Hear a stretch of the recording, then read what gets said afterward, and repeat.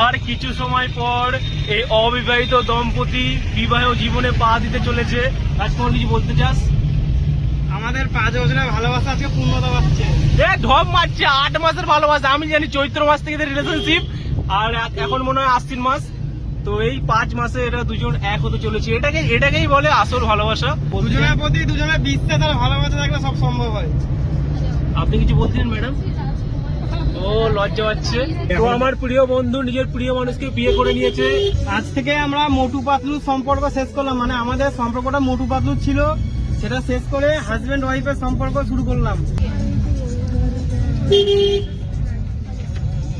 আমি কিছু বলবো না, এখন অসুস্থ লাগছে। একটু জোরে বল।